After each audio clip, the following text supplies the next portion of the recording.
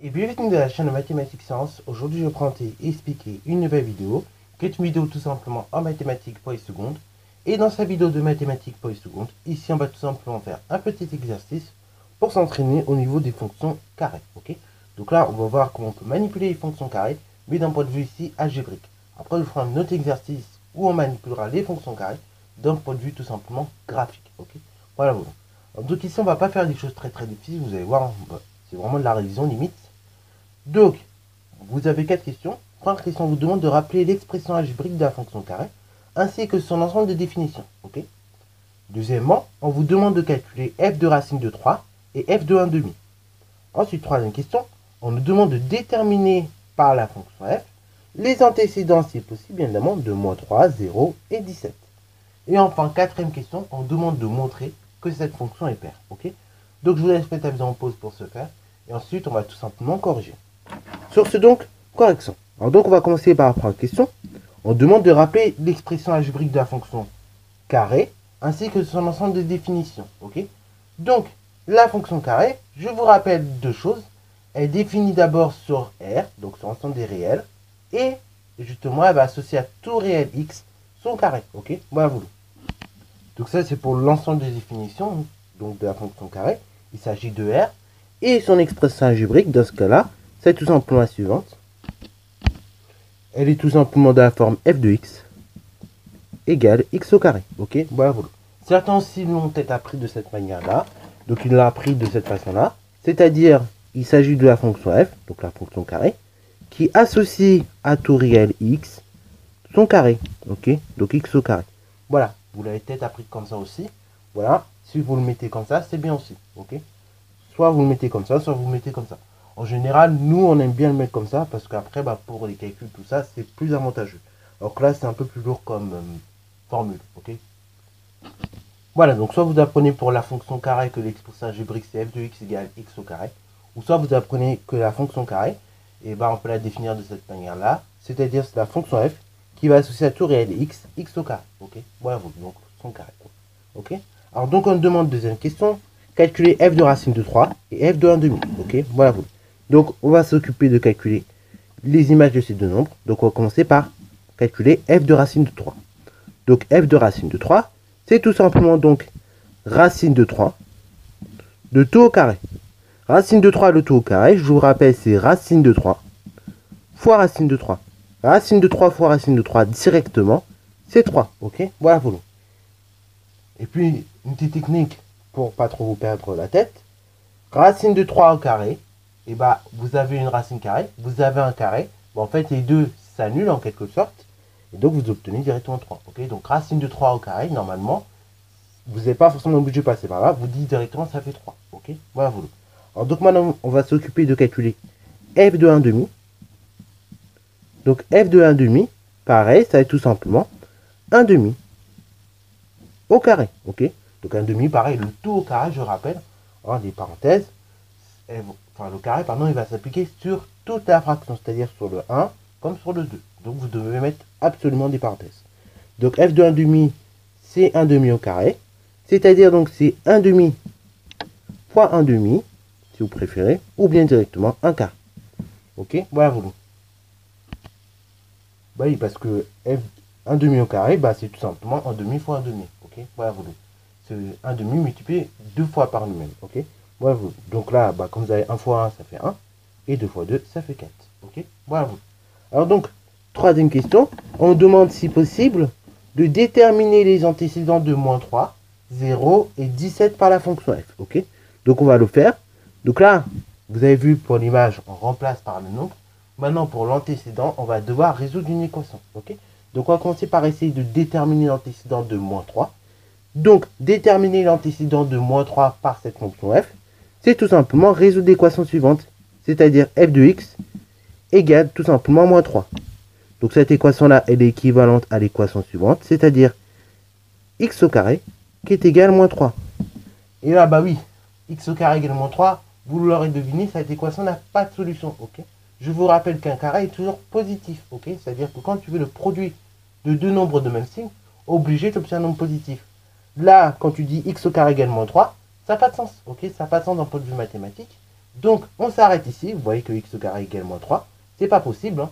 Donc, on va mettre tout simplement S est égal ensemble vide, ok, pour dire qu'il n'y a pas de solution. Et donc, on va dire tout simplement moins 3 n'a pas d'antécédent par F. Alors, donc, maintenant, on va essayer de résoudre la même équation. Maintenant, on va s'occuper de la deuxième équation. C'est-à-dire, donc, on va déterminer l'antécédent de 0. Pour déterminer l'antécédent de 0, c'est toujours le même travail. On va donc résoudre une équation. Donc, l'équation suivante, f de x égale 0. Cette équation-là, donc, elle est équivalente à x au carré égale 0. X au carré égale 0. Ça veut donc dire tout simplement que x, il vaut 0. Ok, voilà, on n'a qu'une seule solution. On ne va pas dire x, il vaut moins racine de 0 plus racine de 0. Ça ne veut rien dire. On va tout simplement dire que ça vaut 0 tout court. Ok, voilà, voilà. Donc là, ici, on va dire que dans ce cas-là, la solution grand S, elle vaut 0. Ok, la solution vaut 0. Et donc, tout simplement, pour répondre à la question, ici, l'antécédent de 0 par la fonction f, c'est tout simplement 0. Alors maintenant, on va s'occuper du nombre 17. On va essayer de déterminer le ou les antécédents de 17. Ok, voilà, voilà. Donc, pareil, pour déterminer le ou les antécédents pardon, de 17, on va tout simplement résoudre une équation. Donc ainsi, on va se retrouver avec l'équation suivante. F de x égale 17, qui est équivalente à l'équation suivante, c'est-à-dire x au carré égale 17. X au carré égale 17. J'ai un carré, il est positif, donc c'est bon. Dans ce genre de cas, j'ai donc deux solutions qui s'offrent à moi. Soit x il peut valoir moins racine de 17, ou bien x peut valoir tout simplement plus racine de 17. Autrement dit, donc racine de 17. Ainsi donc, ici, moins racine de 17 plus racine de 17, on ne peut pas aller plus loin en termes de simplification. Donc on va laisser les résultats tels quels. Donc on va dire que les solutions de l'équation sont grand S est égal entre accolades moins racine de 17, point virgule racine de 17, fermeture de l'accolade, et ainsi donc les nombres que j'ai trouvés, moins racine de 17 et racine de 17, c'est tout simplement en fait les antécédents de 17 par la fonction f.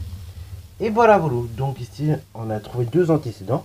Dans ce cas-là, on a moins racine de 17 et racine de 17 qui sont les deux antécédents de 17 par la fonction f. Ok, voilà, voilà. Et il n'y en a pas d'autres puisque bah, là, on les a trouvés par calcul. Ok, voilà, voilà. Alors donc, maintenant, on va s'occuper de la dernière question, la quatrième. Donc, on va s'occuper de la dernière question, ici, de montrer que la fonction f est tout simplement paire. Donc, pour montrer qu'une fonction est paire, je vous rappelle la définition même de la fonction paire déjà. Donc, la fonction paire, on va dire qu'une fonction est paire, une fonction f est paire, c'est tout simplement pour tout réel x de l'intervalle dans lequel votre fonction est définie, on a tout simplement donc f de x qui est égal à f de moins x, ok? Alors, il faut également une seconde condition, l'intervalle sur lequel justement votre fonction est définie, ou bien votre ensemble sur lequel la fonction est définie, il faut qu'il soit absolument symétrique par rapport à 0. Si vous avez ces deux conditions qui sont respectées, c'est-à-dire f de x qui est égal à f de moins x pour tout réel x de votre intervalle, ou bien de l'ensemble de définitions, et que cet ensemble de définitions, ou bien l'intervalle sur lequel la fonction est définie, est symétrique par rapport à 0, ainsi donc vous avez une fonction qui est paire. Donc ici, ce qu'on va faire pour cette question-là, on va tout simplement calculer comme on l'avait fait dans le cours, d'une part f de x, après on va calculer donc f de moins x. Une fois qu'on aura vu combien ça vaut, et ben, on regarde si c'est égal. Si c'est égal, on va préciser à ce moment-là qu'on a un ensemble de définitions qui est symétrique par rapport à 0. Donc on verra c'est quoi, mais du coup on précisera qu'il est bien symétrique par rapport à 0.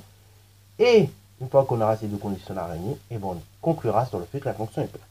Donc on va commencer. D'abord on va calculer f de x. Donc f de x, c'est très simple, il vaut x au carré.